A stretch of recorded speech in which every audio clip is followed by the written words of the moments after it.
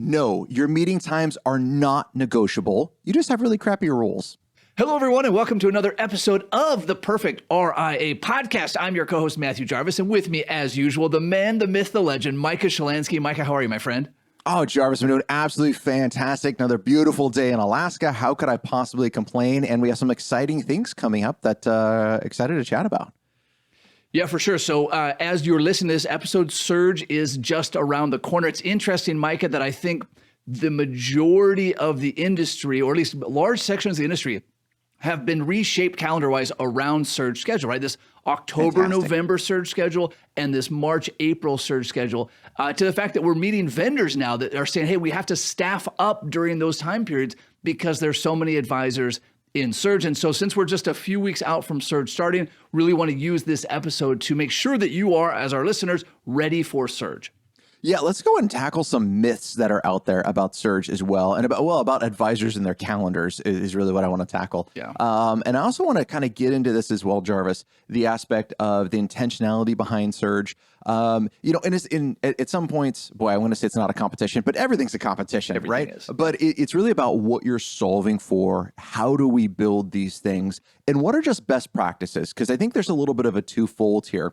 And this is where it's about being intentional with things. Is sometimes advisors are going to come and says, well, Mike, I'm solving for A, B, and C. Therefore, I only do one meeting a week. I was like, okay, you're not solving for anything besides being lazy with one meeting a week. That's it. There's no intentionality behind this. You're not delivering massive value. And we start breaking down what they're doing. And then they see this, holy crap, I'm really not delivering value. I'm just being really lazy. So it's like, okay, how do we scale this up a little bit better? And so let's talk about some best practices, Jarvis, regardless on where you're at with Surge or not Surge. These are best practices that you need to implement. Yeah, let's jump right into that. And it's easy to make excuses, or obviously we call that head trash stories. You tell yourself, say, well, I need to be responsive to clients. Therefore, whatever time they want to meet, that's when we're going to meet, right? So let's look at, that's really one of the first ones. When you call our offices, right, to schedule a meeting, the team says, oh, great news, Micah, Jarvis, JT, Christian, whomever, they are so excited to meet with you. They meet with clients on these days. Which one of these days would work best for you? So they might say, hey, in 3 weeks on Tuesday, Wednesday, or Thursday. And the client says, you know what, Wednesday would work best for me. Perfect. They have times at, now I'm going to say the wrong times, by the way, because I'm not the one doing scheduling, but they're going to say, hey, you can see you at 9, at 10:15, at 11:30, or at 1. Which one of those times works for you? And the client will inevitably say, well, could I do 9:45? Oh, you know what? Great news. Micah sees clients at 9, 10:15, and 11:30. Which one of those works best for you? Now, this may seem like something that's trivial, right? Like, why is 9:45 different than 9 or whatever your time is? But it's back to Micah, you said being intentional. If you start breaking your schedule, now your whole day is thrown off. Now, instead of seeing 3 clients that morning, you're only going to see 1. Instead of your team knowing, hey, a client's going to walk in at these times, everything gets thrown for a loop. It does, right? There's a reason you have schedules, and there's a reason you do things from an efficiency. And it's not about a cattle car process here. No. It's about how am I gearing up to deliver the most value to the clients. Here's a very easy example: is my meeting cadence that I'm in. Is I know when my meetings are, and I have such a rhythm with them. I know how long I need to be, and I don't need to look at my watch. Now, there's a clock across the way just so I can make sure I'm staying on time, but I'm not really looking for it. I have a pretty good meeting pulse of where I'm going to be. When I come into a meeting that's at a different time, and you're like, wait, that's not supposed to happen. Well, we'll talk about team mistakes. But when I come into a meeting that's a different time, my rhythm is totally thrown off with it. And I'm not running the meeting efficiency. I'm not delivering as much value. I'm looking for the clock. I'm like, how do I pivot with things? I have one more thing I need to think about that's not focusing on the client. And Jarvis, I think really that's the issue. Anytime you go into a meeting that you're thinking about something else besides the client, you are not delivering value. Boy, that's a great point, Mike. It's an easy way to illustrate that and say, wow, which is more important? Which would I rather do? Think about the ideal time for this next meeting with Bob and Sue, or think about how to deliver massive value to Bob and Sue. And it's easy to say, well, hey, that's a false dichotomy. It's not. It's not. If you're using brain power to figure out calendaring, that's brain power that cannot be used. So let's look at this as an action item. And by the way, inside of the member portal, there's videos, there's training, there's samples. We've talked about this because Surge is a foundational item of a successful practice. One of the things you want to do for your Surge is put into Calendly or any scheduling app you're using those set times. And then Mike, I know you have the same. along the top of our calendar during surge times, it says surge week. That way everybody knows, hey, there's no vacation these weeks. There's no other things. There's no shenanigans. And the times for surge weeks days are this, this, and this. That way, if a client stops in, if they call, any way that they try to get a hold of us for a meeting, the team immediately, when they go to that day, they see, oh, those are the only times for meetings during surge. Now, Jarvis, I want to spend a little bit more time focusing on how to make your team effective in this. But before we get to that, let's step this back a little level real fast and talk about surge, just in case there's a new listener, right? You've been living under a rock. I don't know, because you haven't really heard about this concept. And basically what it is we're looking at all of our clients and saying, how do I deliver the most value? What times of year do I deliver the most value to our clients? And I want to get all my clients in that I need to see in that period in time. So it's a more intense work schedule that's going to be here. So I don't want to see all my clients, 2 clients a week for, all 52 weeks of the year. That's not going to be effective in a planning cycle. Planning cycles, I need to see them in spring and fall. So fall's coming up. I need to get all my clients in for tax prep. For tax planning purposes. And so what do I need to do for year-end wrap-up? What do I need to do for tax planning or any other value adds we have going on? And so we look at a surge schedule. I solve for a surge schedule based on a couple of things. Number one, how many meetings can I do a day and stay in a highly productive zone? Now, it's really, really key here. This isn't a meat factory or grinding things out. I need to stay in a highly productive zone. My experience, all advisors can do at least 4 meetings a day. 2 in the mornings, 2 in the afternoons. Pretty easy. 1 hour meetings, no longer. If you're running longer than that, I really encourage you to take a hard look at it and say, are you really delivering value to clients, or are you just justifying the time? Maybe you're beating them down. Because anytime after that 45 minutes, people start getting a little glossy-eyed, right? This isn't you and I, a financial planner, talking about things we enjoy. This is a client coming in. And how often are we kind of going over that peak productive period for them that's not adding value? Yeah, let's use that example. So I typically do 6 meetings a day. Micah, you're closer to 7, 8 meetings a day when you're in surge. Yep. When I meet an advisor or when I look at my own calendar, if there are less than 4 meetings in a day, that is a day of playing office. So we'll tie this back to playing office, right? Oh, hey, I never play office. Well, if your meeting days have less than 4 meetings, you're playing office because there's not enough time to actually get anything else done. You're really just screwing around in between meetings. So 4 to 6 for most people, to 7 to 8. Again, gauge that for yourself, Micah, but I agree, less than 4, you're just playing office, right? You're having too many meeting days. Your team is not getting in a rhythm. Henry Ford proved this over 100 years ago. In modern times, Cal Newport in his book, Deep Work, talks about when you do the same task again and again, you get better at it. Yes. By stretching out your meetings 1 or 2 a day, onesie, twosies a week, you are getting worse at it by saying, hey, I'm going to do 4 meetings. If I'm going to do meetings, I'm going to do 4 meetings a day or more. Now we have a process in place. Now, also, this is about being intentional, right? What were you solving for? So if we rewind the clock, and I don't do the whole backstory here, but I was being highly intentional. I need to see a lot of clients in a short period of time so I could spend more time with my family. Yeah. We had some things going on. And so that was what my surge was created for. That doesn't mean it has to be your surge. You don't need to do 7, 8 meetings a day if that doesn't kind of fit your shtick. You want to change it up a little bit. We're thinking about changing how we do surge because now we're running multiple companies. We're doing some other things. So we might make another pivot. It's all about being intentional and being proactive and not reactive. And I know, Jarvis, a big thing on your surge schedule as well. You don't do meetings on Mondays or Fridays with clients. Is Friday you have an off day even during your surge week. And then Monday's your prep day that you're working with the other advisors in the team, et cetera, and you're prepping to get everything done. So it's a Tuesday, Wednesday, Thursday question for you. Is that right? Yeah, that's correct. And so the price for that, if you will, is an extra week of surge, right? Extra week and a half. But again, like you said earlier, it's about being intentional, right? What's going to deliver the optimal results? Yeah, that's really what you're going for here, right? So set that up on the calendar. Be intentional. Not all surges are created the same. That doesn't mean they're not equal, right? It's about solving for your practice. If you're being highly intentional with your practice and you only want to do 12 meetings a week, well, rock on. Yeah. If you're hitting your goals and you're growing and delivering value. If you're being a lazy advisor doing 2 meetings a week, no, not cool. Because again, you're not being intentional with that design.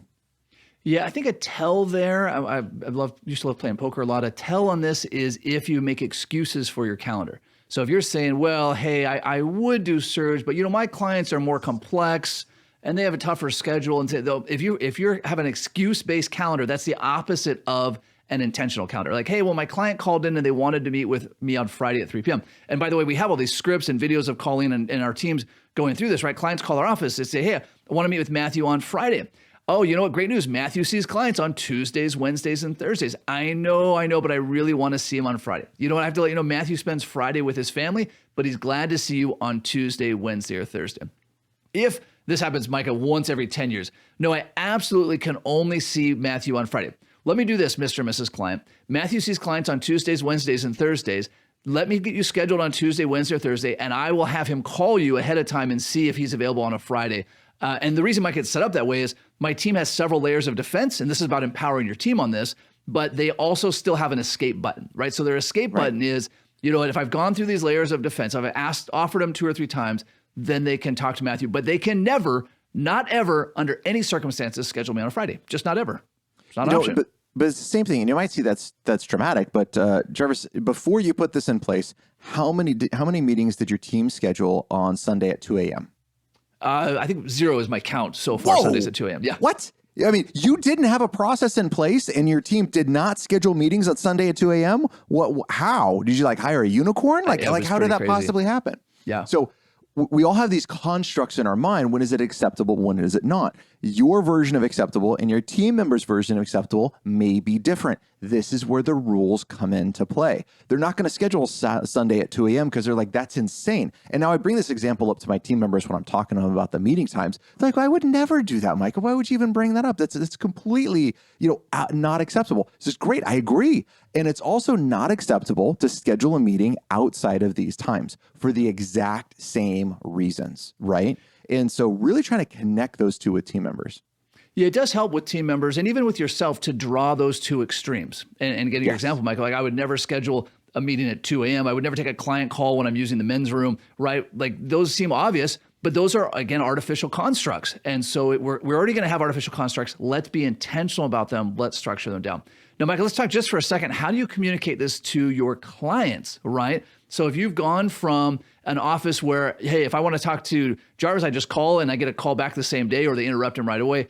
And I know we've done entire webinars on this, but just briefly, how do we make that transition? Yeah, well, the first thing is, just like in first aid, the first thing is, stop the bleeding.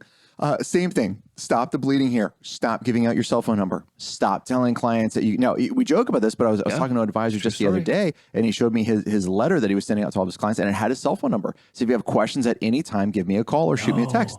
And I was like, hey, do you want them calling you on Sunday morning at 2 a.m.? They're like, Micah, they would never do that. I was like, let me read your letter. If you have questions, call me at any time.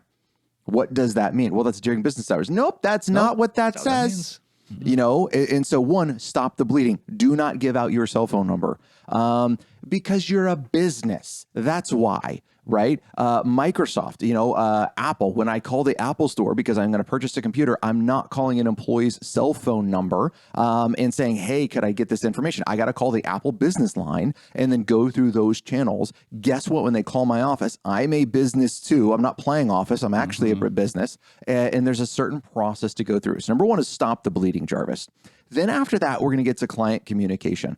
Now, new clients going forward, it's super easy because they don't know what the difference is. And so it's explaining to them what your communication policy is going to be. And we have 3 levels of our communication policy, right? 911, there's an emergency for clients. Fantastic. Pick up the phone and give us a call. And the ladies, if they get it and say it's an emergency, or whatever the client deems an emergency, Micah will get back to you the same day, if not the next day. They'll set up a time to do that for emergency. If it's not an emergency, then it's kind of level 2, which is, we'll schedule an appointment within the next few days, maybe next week for a return phone call. And the lowest level is just kind of like an email communication that says, hey, this is just an FYI. We'll get back to it in a couple of days kind of thing. Now, I explain it differently to clients. That's just the highlight of it. So that's new clients going forward. Then Jarvis, to your question, if I go backwards to my existing clients, one of the things I'm going to say is, hey, we're always dedicated to improving the level of service and the value that we're offering to our clients. And I got to say, Mr. and Mrs. Client, one of the things that I have noticed, and you probably have as well, that sometimes I get overwhelmed by unsolicited emails, phone calls, etc., which aren't clients. And those take me away from answering your questions. So good news is we're going to create a new system in place that really highlights that I can focus on your communication first before I get bombarded with other people's stuff. Is that going to be okay with you? Yeah, Micah, that sounds fantastic. Sounds Okay, great. great. Yeah. So I really need your help with this. And one of the ways that we're going to do it is here's our new communication policy. And I just outlined the new communication policy for them. I showed them the problem. Why does it not serve them? I asked them for their help so we can deliver more value. Then I show them the new communication policy. And Jarvis, I get a lot of positive response from clients after that. Yeah, totally, right? Because we're framing it how it's valuable for them, right? Same with doing meetings in the spring and the fall. Mr. and Mrs. Client, we've found it most effective if we meet with you in the spring around tax season to make sure that everything is lined up for your tax return. Now, there's other things we'll do at that time as well, but we want to make sure everything's lined up. And then we also want to meet in the fall to make sure that we've taken care of any year-end planning before the year ends, make sure that we've done any year-end tax planning. So if it's okay with you, we'll primarily meet in March and October, right there about. Of course, if something urgent comes up in between, we'd be glad to meet in between, but we're going to try to handle most everything in March and October. Does that sound okay to you? And clients say, oh, that totally makes sense, because it does make sense, right? It's actually like literally a great approach.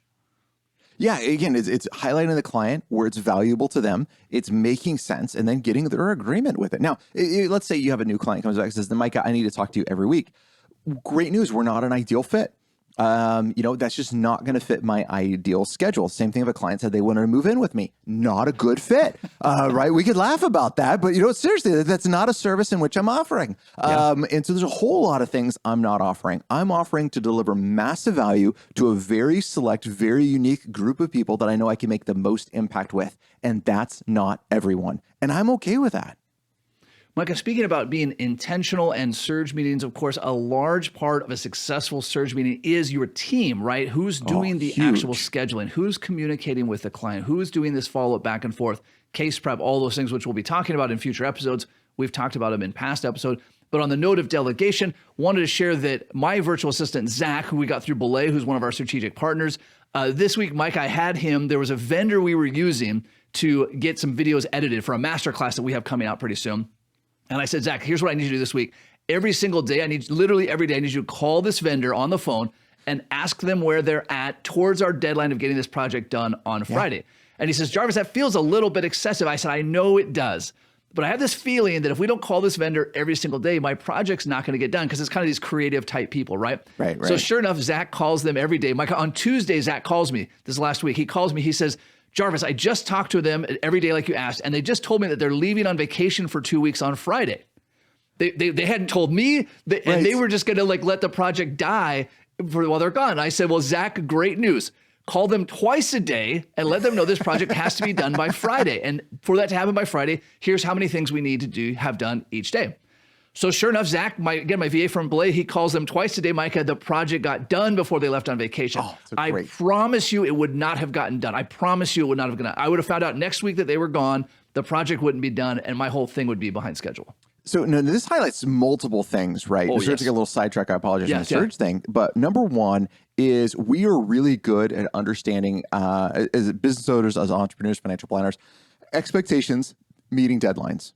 And we think that because we understand this process, everyone else does. You are wrong. Yes. Most people do not. I'm going to pick on Zach for a second. It's not disparaging at all, right? But it's kind of all employees. If you hadn't have told Zach saying, hey, I foresee a problem, call them every day, he wouldn't have had the foresight to do it, because, again, he's living in a great camp, which is saying, hey, they said they were going to get it done. They're just going to get it done. We'll follow up and it'll be done. But we have experience of saying, aha, even vendors we're paying a lot of money to, sometimes we need to encourage them and follow up. Sometimes, to your point, we got to go to those vendors and we got to design the roadmap for them on when they need to get stuff done so we can make sure it gets done in place. Now, you could say, wow, this is being really controlling, this is being overbearing, but Jarvis, your project got done. My project got done. Yeah. And we can go down the should camp and whatever. Yep. I'm just real world. Same with scheduling. Hey, my team should schedule things on this time. Yep, they should, but I'm going to do everything I can to empower them. So if you have a virtual assistant or you don't have one yet, and either way you want to understand how to use them more effectively, text the letters RIA, like Registered Investment Advisor, RIA to 55123 and get a copy of Belay's Virtual Assistant Guide. You can also go back and listen to some of the interviews we've done with Belay's team. A lot of great things there.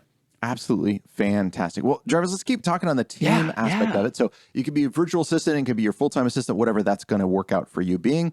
But when you're booking these surge appointments, couple of things is to go through in advance with your team why you're doing surge, how it benefits the clients, how it benefits the team member. And you don't even have to say how it benefits you, right? How does it benefit the clients? How does it benefit the team member is really the most important thing. Going through the calendar and setting up rules. Now, before we use Calendly, we actually went into the calendar and we hard booked in there, open for appointment, just those slots. And that's all they could book within. Just telling them, hey, it's 7, 8:30, 9:45, 11, etc. Just those times was not sufficient enough. We had to actually book it in the calendar. And you think about it, it does make sense because life gets busy. The receptionist RN picks up the phone and talks to someone. I like to get on with Micah. She doesn't have her cue card in front of her. Just chit-chatting, and she just goes into default mode and books the appointment at the wrong time, and now it messes things up. So we got to automate as much as we can. Automate that in one of two ways. Number one, you can use a Calendly system. One calendar or whatever the other one is. Calendly, 6 one half dozen the other. Calendly, Yeah, book that out and put those predetermined slots in there. If you don't want to use that, then go to your calendar and book those slots in there that say open for appointment. And those are the only ones your team members can use. Yeah, that's a spectacular thing. Something else that we experimented with last surge cycle, Micah, that worked really good. And of course, we only share things, by the way, on this podcast that work really well, or with the disclaimer that it was a terrible idea. Don't ever do this in your practice, right? But this is something I got from you indirectly, which you do a great job of sending these follow-up videos to clients through Loom or BombBomb. Yes. We've started doing that when we're scheduling. So when we send our first round of scheduling invites, which is done by email, there is a video of me waving like a silly man. And I'm Mr. and Mrs. Client, really excited to see you in a few weeks. Here's the 4 main bullet points we're going to talk about. Of course, whatever questions or concerns you have are top of my list. Use the link below to get on my calendar. But by the way, if the link doesn't work because the internet's temperamental, just give our office a call. Here's our number. Glad to get in the schedule. Look forward to seeing you. Micah, we got a ton of positive feedback from clients because we were already going to send an email. And what went from looking like a generic mass email, because it was a generic mass email, now felt very personal. Now, I do want to clarify, I did one video for all clients. I did not go, we had this misunderstanding once with an Invictus member. He was sending individualized videos in every situation.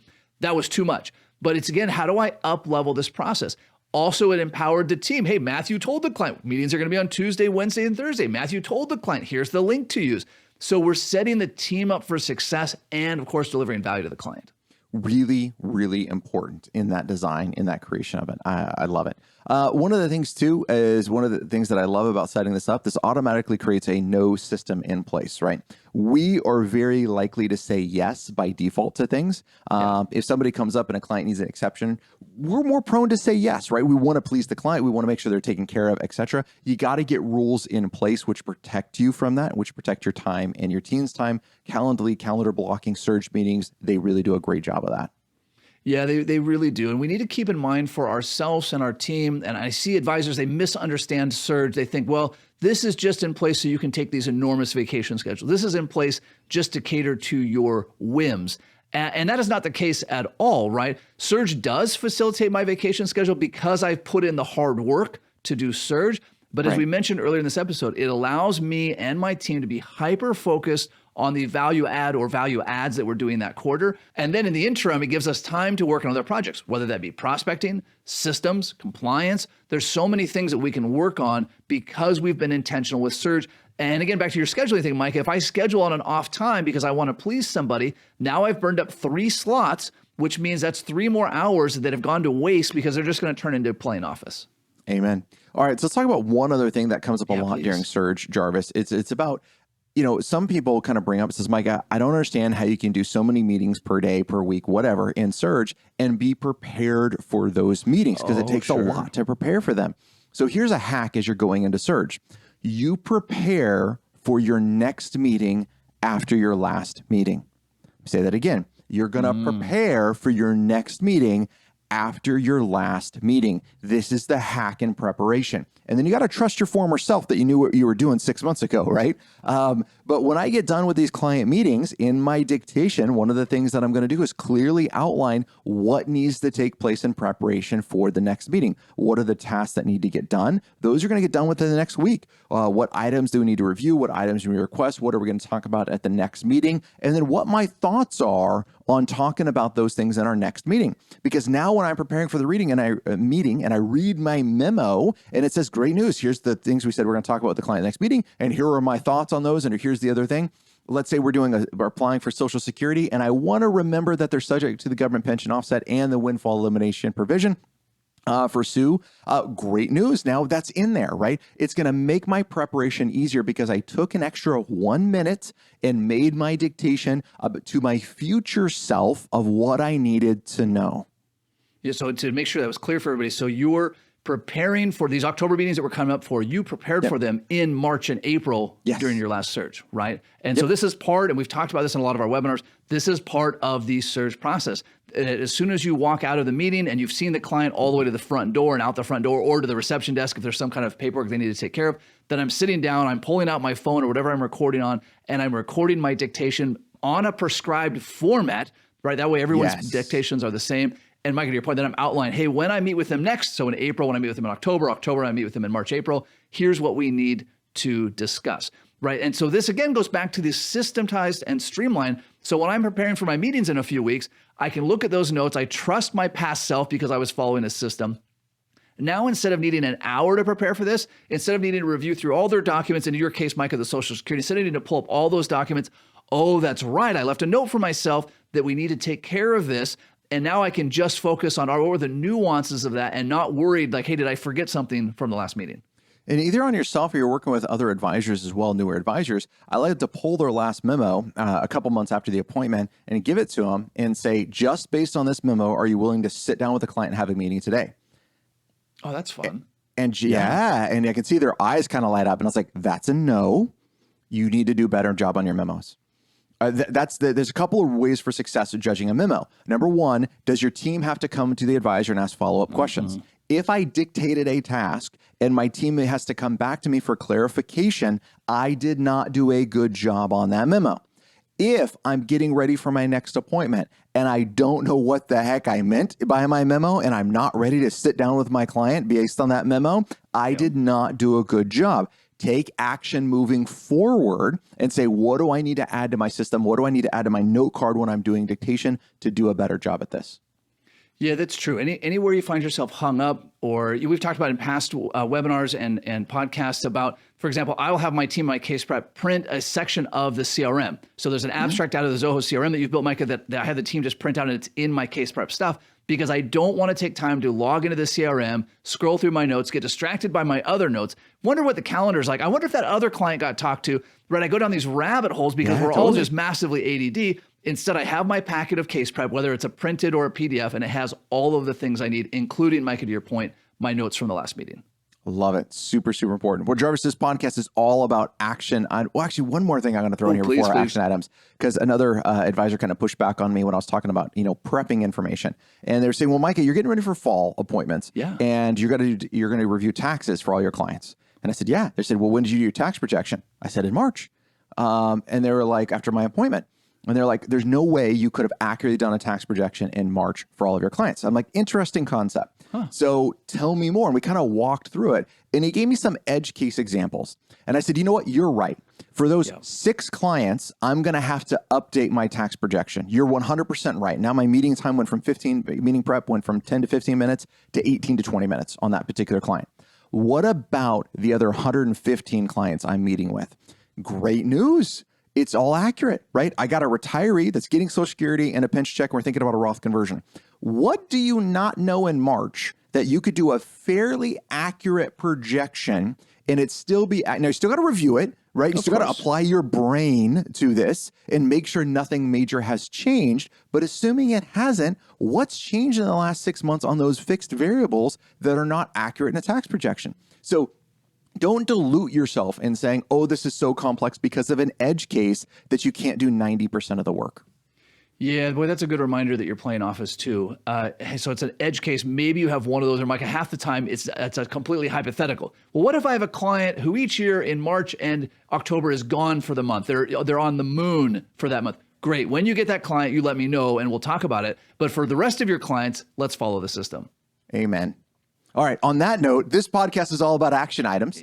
So let's kind of transition to some action items. And what are things that we need to do this week, Jarvis? These listeners need to do this week to improve their practice.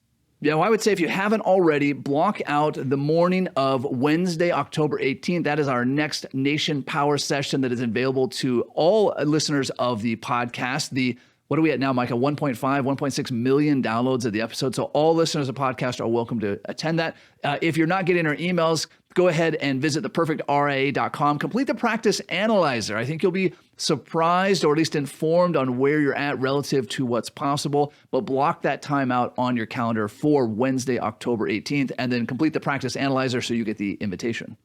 Yeah, practice analyzer is really important, right? Because how much of the things you think you know that you're doing that you just need to be called out on, right? Says, yep, I know I need to improve that. That's why this tool is designed to help out with that.